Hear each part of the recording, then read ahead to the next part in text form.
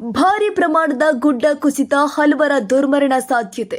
ನದಿಯಲ್ಲಿ ಕೊಚ್ಚಿ ಹೋದ ಟ್ಯಾಂಕರ್, ಹೆದ್ದಾರಿ ಅಂಚಿನ ಅಂಗಡಿಗಳು, ಅಕ್ಕಪಕ್ಕದ ಮನೆಗಳು ನೆಲಸಮ, ರಸ್ತೆ ಸಂಚಾರ ಬಂದ್. ಉತ್ತರ ಕನ್ನಡ ಜಿಲ್ಲೆಯ ಅಂಕೋಲದಲ್ಲಿ ನಿರಂತರವಾಗಿ ಸುರಿತಾ ಇರುವ ಭಾರಿ ಮಳೆಯಿಂದ ಗುಡ್ಡ ಕುಸಿದು ಭಾರಿ ಪ್ರಮಾಣದ ಸಾವು ನೋವು ಸಂಭವ ಸಾಧ್ಯತೆ ಇದೆ. ಚತುಷ್ಪಥ ಹೆದ್ದಾರಿ ಕಾಮಗಾರಿ ಗುತ್ತಿಗೆ ಪಡೆದ ಐಆರ್ಬಿಯ ಅವೈಜ್ಞಾನಿಕ ಮತ್ತು ಅಪೂರ್ಣ ಕಾಮಗಾರಿಯೇ ಇದಕ್ಕೆ ಕಾರಣ ಎನ್ನಲಾಗ್ತಾ ಇದೆ. ರಾಷ್ಟ್ರೀಯ ಹೆದ್ದಾರಿ 66ರ ಅಂಕೋಲ ಕುಮಟ ಮಾರ್ಗದ ಮಧ್ಯೆ ಶಿರೂರು ಬೊಮ್ಮಯ್ಯ ದೇವಸ್ಥಾನದ ಬಳಿ ಗುಡ್ಡ ಕುಸಿದಿದ್ದಕ್ಕೆ ಹೆದ್ದಾರಿ ಪಕ್ಕದ ಮನೆಗಳು, ಅಂಗಡಿಗಳು ನೆಲಸಮವಾಗಿದ್ದು, ಮಣ್ಣಿನಡಿ ಸಾಕಷ್ಟು ವಾಹನಗಳು ಮತ್ತು ಜನರು ಸಿಲುಕಿರುವ ಸಾಧ್ಯತೆ ಇದೆ.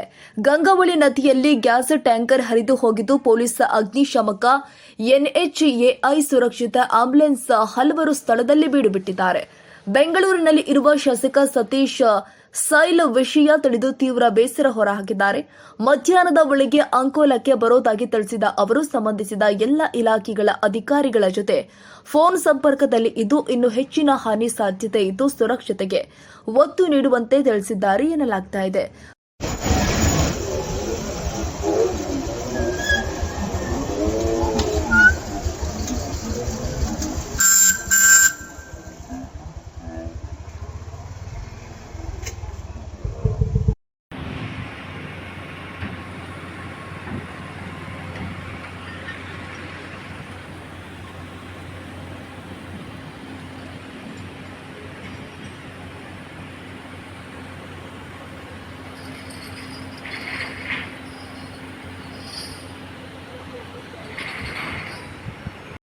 ಅಂಗಡಿ ಮೇಲೆ ಗುಡ್ಡ ಪೂರ್ತಿ ಕುಸಿದು ಬಿಟ್ಟದೆ. ರೋಡ್ ಪೂರಾ ಸ್ಟಾಪ್, ರೋಡ್ ಪೂರಾ ಬಂದ್ ಆಗದೆ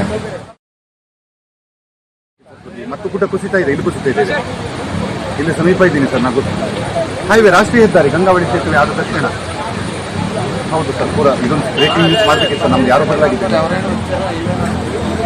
ನಾನು ಕಳಿಸಿದೆ, ವಿಡಿಯೋ ಕಳಿಸ್ತಾ ಇದ್ದೀನಿ ನಿಮಗೆ. ಸುದ್ದಿ ಒಂಚೂರು ನಾನು ಹೇಳಿದೆ ನಿಮಗೆ. ಈಗ ಸುದ್ದಿನೂ ಸಣ್ಣ ಸಣ್ಣ ಹೊಡಿತಾ ಇದ್ದೀನಿ. ಗಂಗಾವಳಿ ಸೇತುವೆ ಈ ಕಡೆಗೆ ಟ್ಯಾಂಕರ್ ಅಂತೂ ನೀನು ಹೋಗಿದೆ. ಅಂಗಡಿ ಒಳಗೆ ಒಂದು ಲಕ್ಷ್ಮಣ್ ಅಂಗಡಿ ಅಂತ ಒಂದಿತ್ತು. ಅಂಗಡಿಯವರು ಪೂರ್ತಿ 10 ಜನರು ಜೀವಂತ ಸಮಾಧಿಯಾಗಿತ್ತು.